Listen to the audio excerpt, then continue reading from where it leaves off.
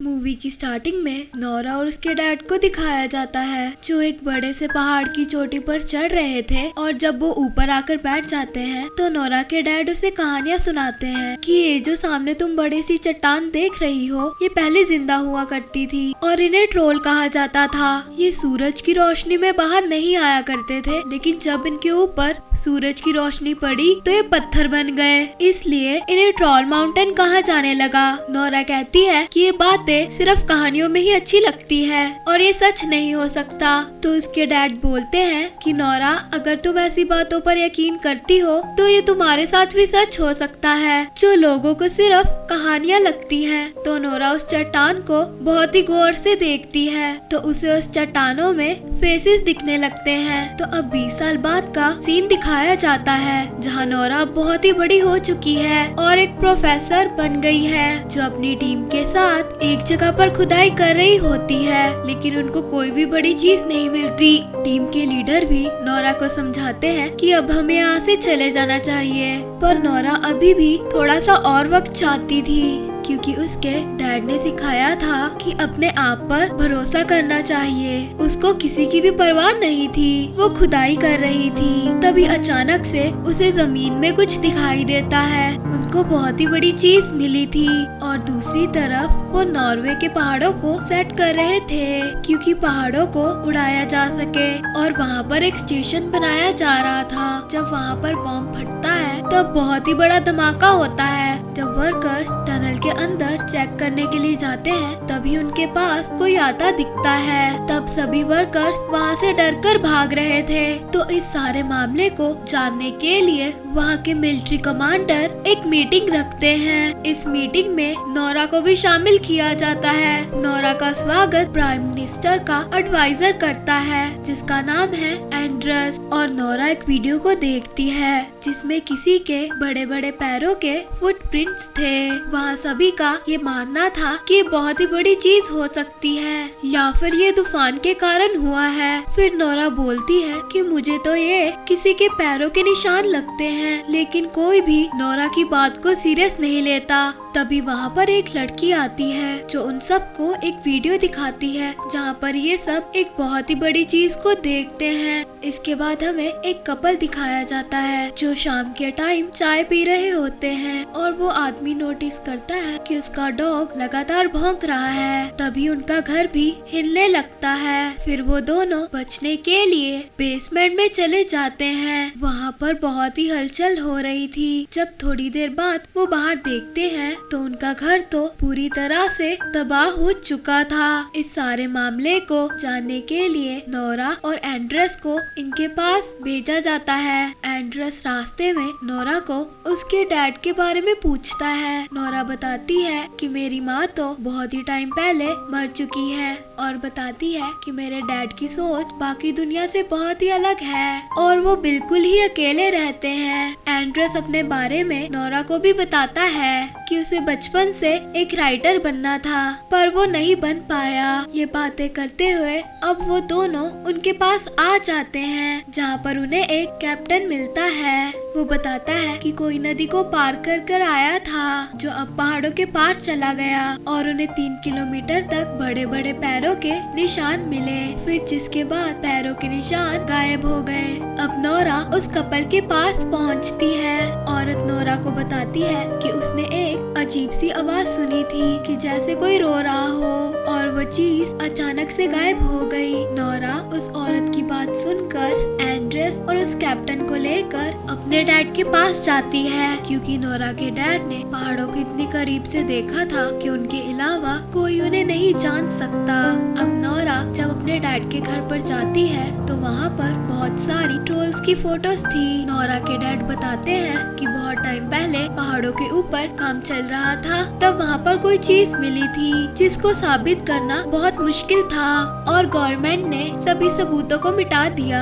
तभी नोरा बताती है कि आज भी पहाड़ों से कुछ मिला है। तब उसके डैड बताते हैं कि कुछ सालों पहले ट्रोल्स खुलेआम घूमा करते थे और कोई भी इंसान ट्रोल्स के साथ रिलेशन रखता था तो उसे सजा मिलती थी। कई साल पहले भी ट्रोल्स बाहर आए थे। नोरा के डैड ने उनका पता लगा लिया था और नोरा के डैड को पागल समझकर उन्हें पागल खाने भेज दिया गया। जिसके बाद नोरा अपने डैड के साथ उसी जगह पर जाती है जहाँ पर पैरों के निशान खत्म हो गए थे। नोरा के डैड गौर से देख रहे थे। नोरा एंड्रेस और कैप्टन के साथ अपने डैड को देख रही थी, जहाँ पर वो दोनों कह रहे थे कि तुम्हारे डैड की हालत और ज्यादा खराब लग रही है, इनकी दिमागी हालत ठीक नहीं है। नोरा को भी यही लगता था कि उसके डैड कहानियों में बिल्कुल गुम हो चुके हैं और फिर अपने डैड के पास जाती है और उन्हें समझाने की कोशिश करती है। तभी उसे अजीब सी स्मेल आ रही थी। वहाँ पर अचानक काले बादल छा जाते हैं। नोरा जब पीछे मुड़कर देखती है तब उसे एक आग दिखाई देती है। वहाँ सच में एक बहुत ही बड़ा ट्रोल था जो उनके सामने खड़ा हो रहा था। कैप्टन जल्दी से उन सबको वहाँ से ले जाता है। कैप्टन वो वीडियो अपने कैमरे से मिलिट्री कैंप में सबको दिखाता है। किसी को भी अपनी आंखों पर यकीन नहीं हो रहा था। नोरा के डैड अभी भी ट्रोल्स की बातें कर रहे थे पर अभी किसी को भी उनकी कहानियों पर बिलीव नहीं था, इसीलिए उनको वहाँ से बाहर निकाल दिया जाता है। नोरा उनसे सब बातें समझने के लिए थोड़ा टाइम मांगती है कि हमारे पास इतना टाइम नहीं है, जब तक तुम समझोगी कि वो क्या चीज है वो चीज हमें तबाह कर देगी और आगे का काम मिलिट्री ही संभालेगी। वो जो भी चीज होगी उसको मार दिया जाएगा। नोरा कैप्टन के पास जाती है और कहती है क्या तुम हमें अपने साथ नहीं लेके जा सकते, मैं भी तुम्हारे साथ जाना चाहती हूँ।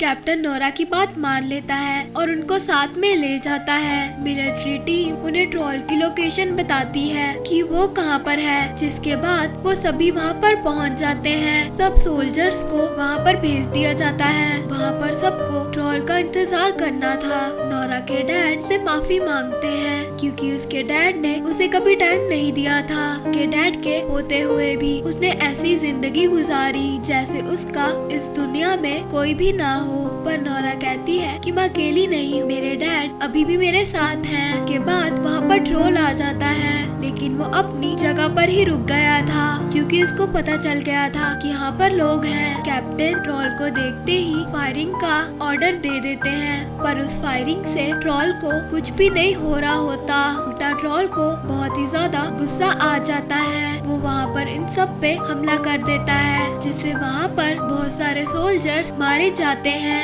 एंड्रेस नोरा और उसके डैड के साथ एक पत्थर के पीछे छुप जाता है और उनके साथ एक फौजी भी था। तभी ट्रोल उस फौजी को उठाकर खा जाता है जो क्रिश्चियन था। ये सब देखकर जो नोरा के डैड होते हैं वो नोरा से कहते हैं कि ट्रोल्स क्रिश्चियंस को पहचान सकते हैं। जिसके बाद वो ट्रोल के सामने जाते हैं और उससे कहते हैं कि शांत हो जाओ और हौसला रखो। हैरानी की बात तो ये थी कि वो ट्रोल उनकी सारी बातों को समझ रहा था और काफी हद तक वो शांत हो जाता है। लेकिन वो फौजी दोबारा से उस ट्रोल के ऊपर हमला कर रहे थे लेकिन फिर से उस ट्रोल को गुस्सा आ जाता है और फिर वो कुछ फौजियों को भी मार देता है और गलती से नोरा के डैड को भी। जब वो ऐसा करता है तब वो अपने दुख का इजहार कर रहा होता है और फिर वो नोरा के डैड को देखकर वहाँ से चला जाता है। नोरा के डैड को बहुत ही चोट आई थी और वो अपनी आखिरी सांसें गिन रहे थे। कहते हैं रॉयल पैलेस और घर, ये कहते हुए वो मर जाते हैं। नोरा ने अब अपने डैड को भी खो दिया था।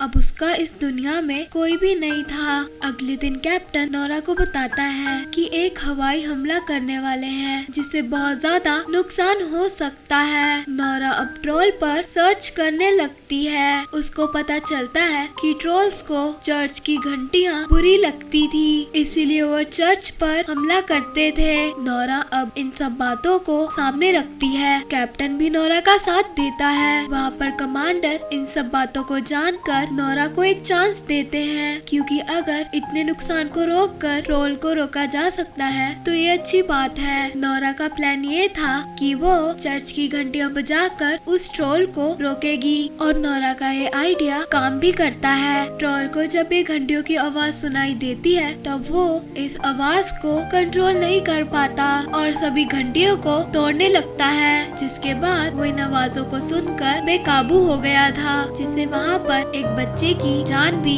जाने वाली थी। पर ट्रोल उस बच्चे को बचा लेता है और उसे कुछ भी नहीं होने देता। उसके बाद वो ट्रोल नोरा को देखता है, फिर वो वहाँ से चला जाता है और नोरा का आइडिया काम नहीं करता, इसलिए उसे इस मिशन से बाहर निकाल दिया जाता है। पूरी गवर्नमेंट ये सोचती है कि वो उस ट्रोल पर मिसाइल से हमला करेंगे और फिर वो एक शहर को भी खाली करवा देते हैं, पर उस मिसाइल की वजह से उनको बहुत ही ज्यादा नुकसान होने वाला था। उसके बाद हम देखते हैं कि एंड्रेस नोरा को घर छोड़ने जाने वाला था, पर नोरा को ये बात समझ नहीं आ रही थी कि ट्रोल अब कौन सी साइड पर जाने वाला है। अब यहाँ पर नोरा को उसके डैड की कही हुई बात याद आती है, जिन्होंने मरते हुए रॉयल पैलेस का नाम लिया था, यानी कि राजा के घर का। नोरा वहाँ पर जाने का फैसला करती है। वहाँ पहुंचकर उसे राजा का चीफ मिनिस्टर मिलता है और वो बताता है कि पहले जमाने में ये माना जाता था कि किसी राजा का घर किसी राजा के घर के ऊपर बनाया जाए तो